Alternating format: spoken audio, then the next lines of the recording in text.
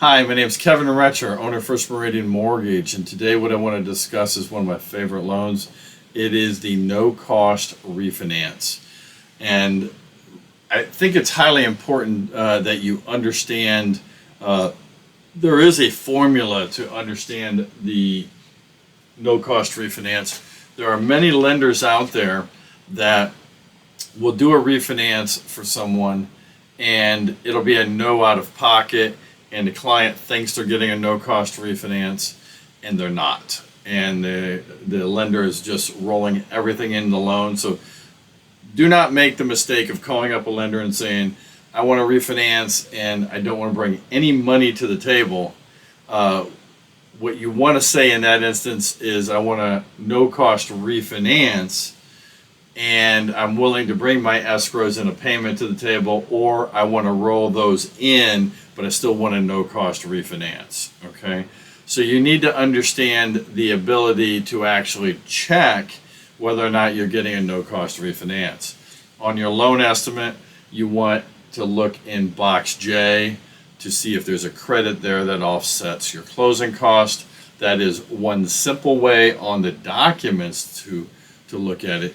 But I want you to understand the actual math behind a refinance, and we're going to go through that right now, and I think you'll find this interesting, okay? So the formula is payoff plus 1 month's payment plus the funding of the escrow account plus the closing cost equals your total obligation at closing.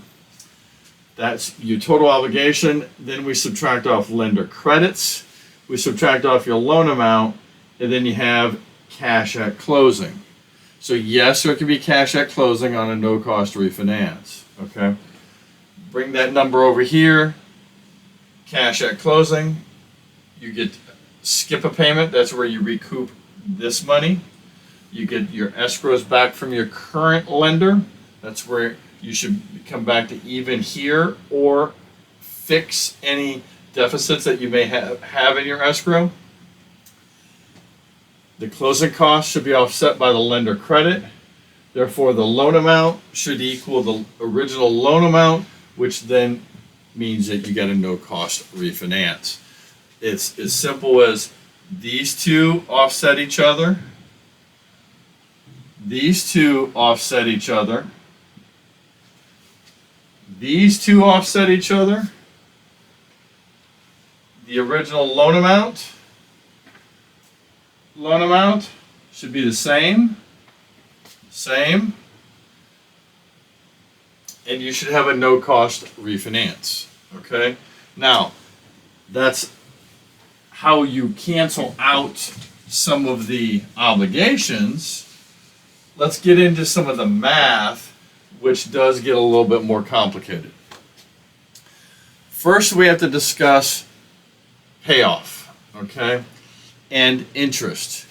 Interest is paid in arrears on a mortgage. So when you make a June payment, that is really May's interest, okay? When you make an August payment, it's July's interest. So interest is in arrears. So let's make the assumption first, your mortgage payment on this loan is $4,000 a month. Let's make the assumption at the first of the month, after you've made your payment, so you're at $400,000. So you made your prior month's payment on the 1st. You're closing on this loan on the 15th. Interest is paid in arrears. Your payoff is your balance plus the interest to your closing date. So this is paid in arrears to the old lender, 15 days to the old lender. So if your payment is $4,000, we're going to say that you owe $2,000 to added, and your payoff is $402,000, okay? That's the first part of the equation. The next part of the equation is the new lender, okay?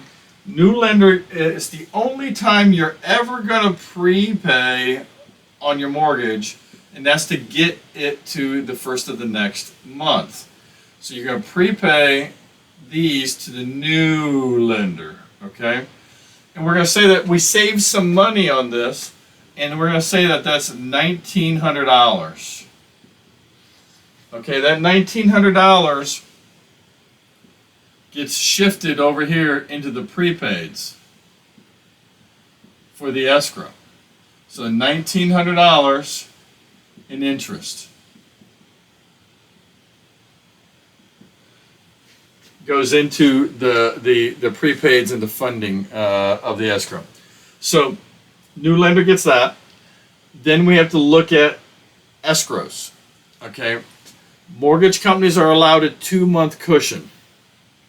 So if your taxes are paid twice a year, that means they're allowed up to a maximum of 8. Your insurance is a 12-month policy, maximum of 14. It all goes by due dates. So those may change depending on when they're due and where they're at in the cycle. But for this argument, we're going to say 8 months taxes is the max, 14 months insurance. We're going to equate 8 months taxes to be $4,000, and 12 months insurance we're going to say is $1,200. So in the escrow funding, we have $1,900, $4,000, and $1,200. That is $7,100. Okay, so we have 402, 7,100. Now we got to talk about closing costs. Closing costs vary based on jurisdiction and area, which title company you use. I personally have some pre-negotiated lower rates and costs with the title companies that I use, so I can try to save my clients money on their closing costs. Okay, so I'm just going to use that. The closing costs are roughly $4,500 in this particular scenario. Okay, so if we add those up, 402, 7,145, we're going to come up with 413, 600 as your total obligation, your TO. Okay, so this is your total obligation at closing. Then we take off your credits. Okay, so we're going to start taking off credits. We're going to first take off our lender credit.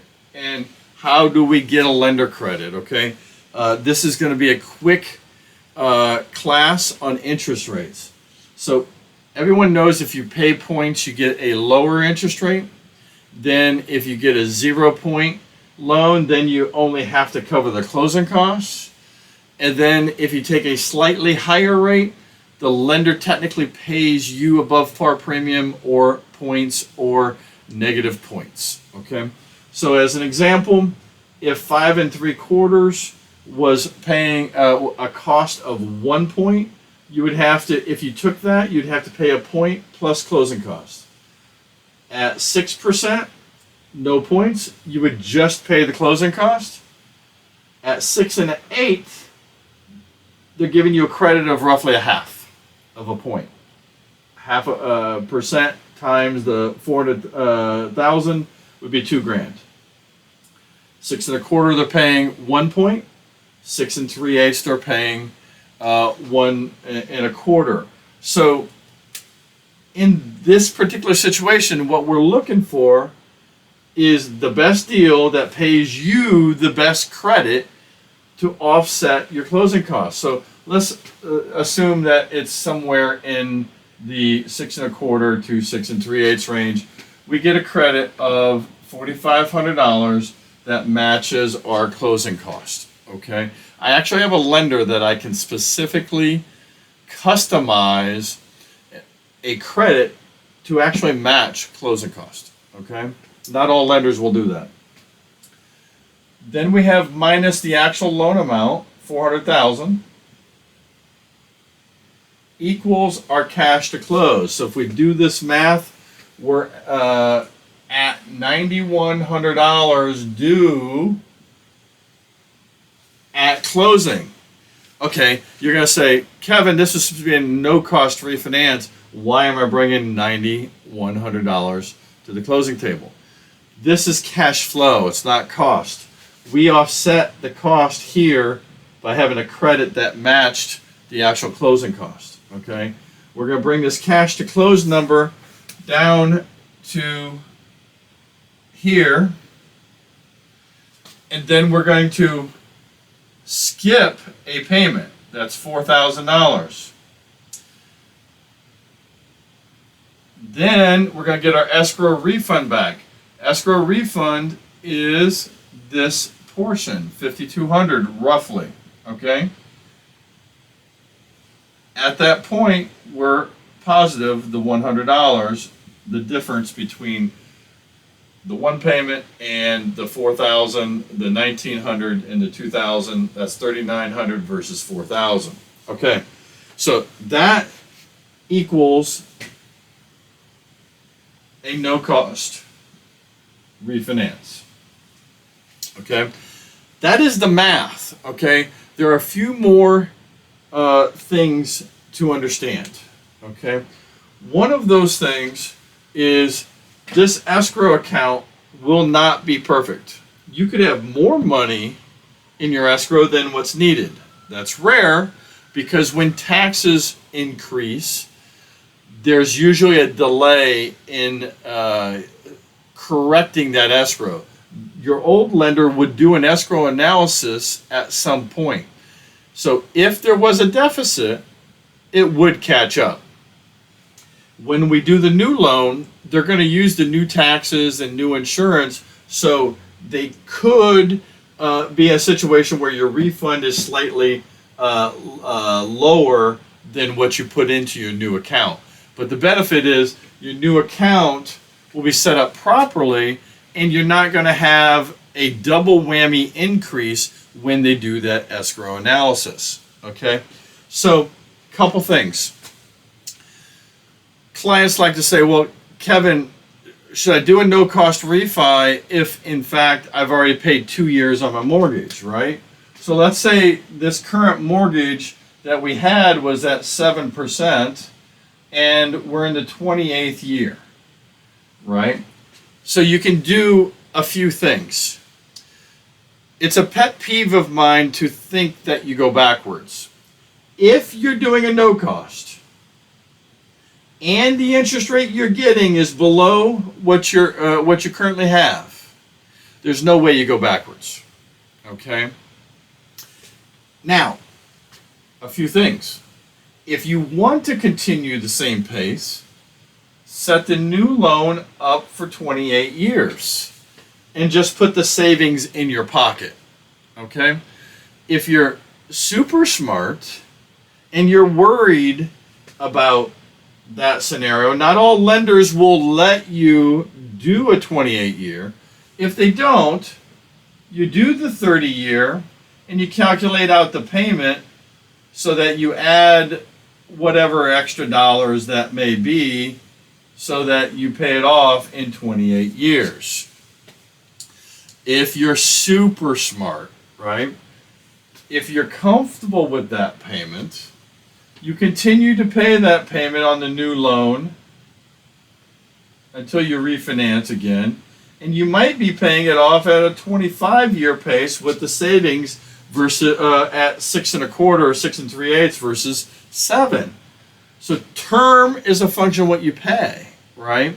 And I've made $1 million in my life, more than $1 million in my life, understanding term is a function of what you pay. Even if they set it up for 30, you can pay more. So if you continue this 7% and rates continue to go down, you're not going to sit here and say, well, Kevin, should I refinance again? I paid $4,500. Well, in your case, you did a no-cost refi. You didn't pay the $4,500. So if rates continue to go down and you can get 5 3/4 now, which would have cost you a point if you were a fool and paid that, Now you can get 5 3/4 for free.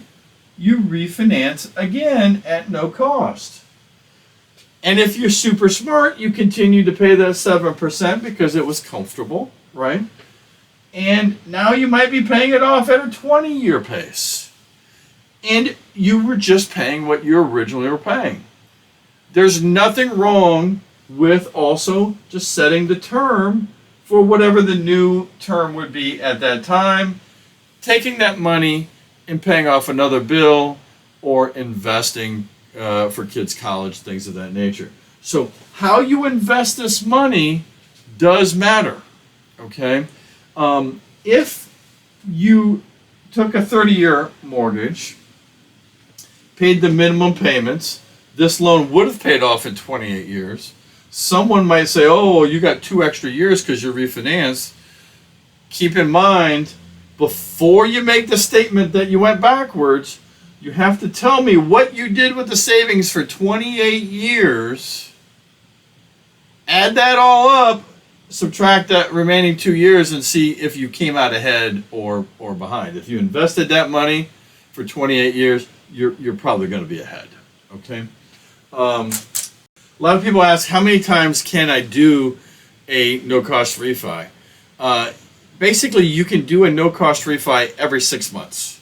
And generally speaking, I would say it makes the most sense when you're saving at least 0.3% or more.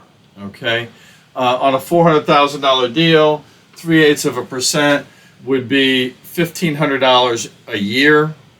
It's $100 a month. $100 a month can go a long way for the family.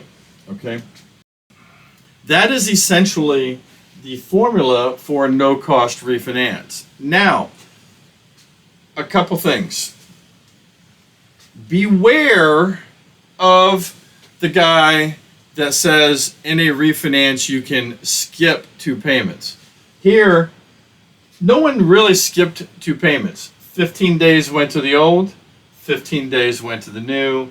You recouped it when the quasi-skipped payment came about. You just didn't mail out a payment here because you met your obligation at settlement. Okay? So keep in mind, if you end up not having a $400,000 loan when you started with a $400,000 loan, that's not a no-cost refi. Okay? The money due at closing, you should be able to subtract the payment, subtract what went into your escrow, and that should put you back to even. If you say, I want a no-cost refi, but I'm short on cash right now, so I don't want to do the refi, don't go with that process, okay? And what I mean by that is borrow from yourself in that situation. This is where we still have all the math as a no-cost refi. You can roll this $9,100 into the $400,000 and still make it a no-cost refi. I'm going to show you that right here. So if you had 409,100, okay, and that would zero out this number here, cash at closing. When you skipped a payment, if you made that as a principal payment, and you got your escrow back for the $5,200, it's still a no-cost refi, even though I raised your loan amount to 409,100. Here's where the buyer beware comes into play. The guy that gives you this and doesn't give you that is rolling everything in and charging you closing costs. So if your balance was $413,600 instead of the $409, and this number down here was $4,600, then you did not get a no-cost refi. Okay? Now, there are times of the month, and especially with VA, got to be really careful out there on my veterans. There are a lot of people that will send out literature, skip 2 payments on a refinance. Okay. Again, you never actually skip 2 payments. Remember, you're going to pay it to the old or to the new one way or another. But I'm going to mess up the board just a little bit here and try to explain this. If you closed at the 6th of the month and you did not make this payment in the middle and you were at $400,000, you would owe 36 days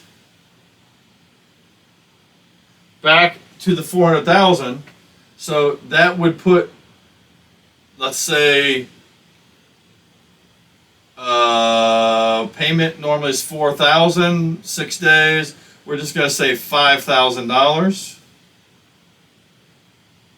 So the loan amount would be $405.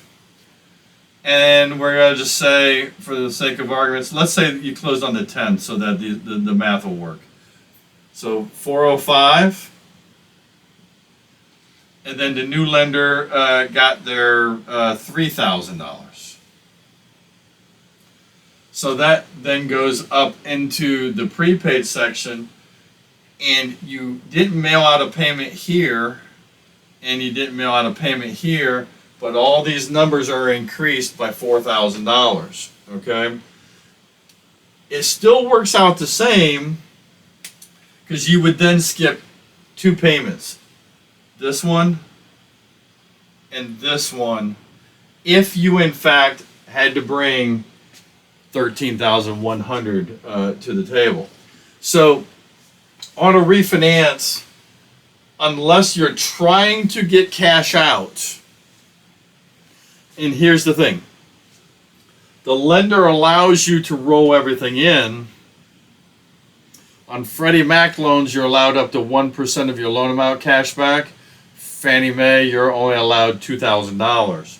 So you could actually roll in 2 payments, escrows, closing cost, either get a credit or not get a credit, and roll that all in and essentially skip 2 payments, get escrows back, and you would actually be pulling out about $14,000 and it not be considered a cash out. Now, who would want to do that? Let's say you have a bill that's been nagging you that you just want to get paid off, and it's a way to kind of throw in like one bill, okay? But in the end, keep in mind you want to understand the formula, okay?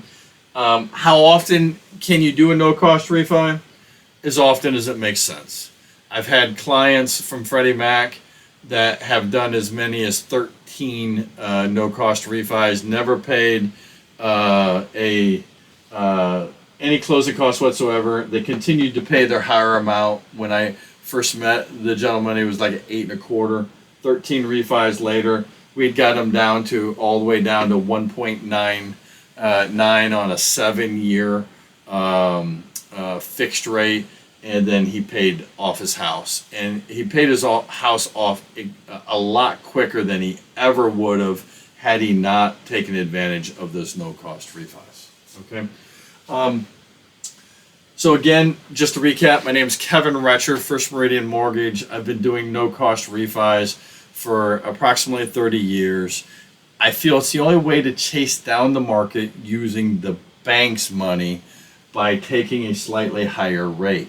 Yes, taking a slightly higher rate in the scenario if someone was at 7%. If 6 3/8 is below that, you're really not taking a higher rate, you're getting a lower rate, okay? You keep chasing this down until you think you're at the bottom. If you think you're at the bottom, if we get back down to the 2s, and you say, Kevin, I don't think that I'm going to have another opportunity to do a no-cost refi, and I want to pay the closing cost to get 1.99 because I'll never do it again, I'm not going to argue with you. But my rule normally is if we're not near all-time lows, or if I think that the direction of interest rates is going up, then I may say go ahead and pay closing cost. But in general, rates are usually cyclical about every 2 years or so. We broke that cycle with interest rates actually going up here recently, but we are starting to trend down. How far we go, I don't know, but I would feel more comfortable chasing the market down this way rather than paying $4,500. And if rates go down a little bit lower, you're going to say, well, Kevin, are they going to go lower? And if you're going to pay $4,500, you're going to care. If I'm giving it to you for free, you're going to say, sign me up, let's go and get it done, right? Again, my name is Kevin Retscher, First Meridian Mortgage, 703-799-5626. I am a veteran-owned business. I do a lot of VA loans also. This equation is the same for a VA loan, excluding whether or not you have to add in one other item, which would be your VA funding fee on an IRL, interest rate reduction refinance loan for a veteran. Now, the benefit of the veteran is he also does not have an appraisal, so his closing costs are cheaper and less documentation. Again, thank you for watching this video. Like, share, and subscribe. I appreciate it. Again, this is the formula for a no-cost refinance. Give you a chance to take a quick look at that, and then I want to break it down to where you can actually see what that formula is one more time. Payoff plus interest to the closing day, plus a month payment, plus the escrows, plus the closing cost, total obligation, minus the credits, lender credit, minus your loan amount, cash at closing. Cash at closing, you get to skip a mortgage payment, get your escrows refunded. You should have a no-cost refinance. In closing, I feel that the no-cost refi is the only way to chase the market down using slightly higher rates but lower rates than what you currently have, essentially using the bank's money to cover the closing cost. They're trying to recoup their money over a 30-year period. You're trying to recoup it from day one. Okay, so it's just a matter of what happens in the future, but if you're getting a lower rate and there's no out-of-pocket and no recoup time, there's no reason not to pull a trigger. If you're paying the closing costs, you're going to sit there and think, well, should I do it now or should I do it later? It takes the guessing game out of the market. There's no limit to the number of times that you can chase the market down by doing a no-cost refi. So therefore, I feel it's the best way to actually lower your interest rate. First Meridian Mortgage is licensed in Virginia, Maryland, DC. I would be happy to help you in those states. I also have a network of 32 other states covered with other like-minded mortgage broker owners just like myself. Happy to refer any of them to you. Just give me a call, text me, email me, however you want. I'll be happy to help. And to all the Marines out there, as I always say, Semper Fi. I'll talk to you soon.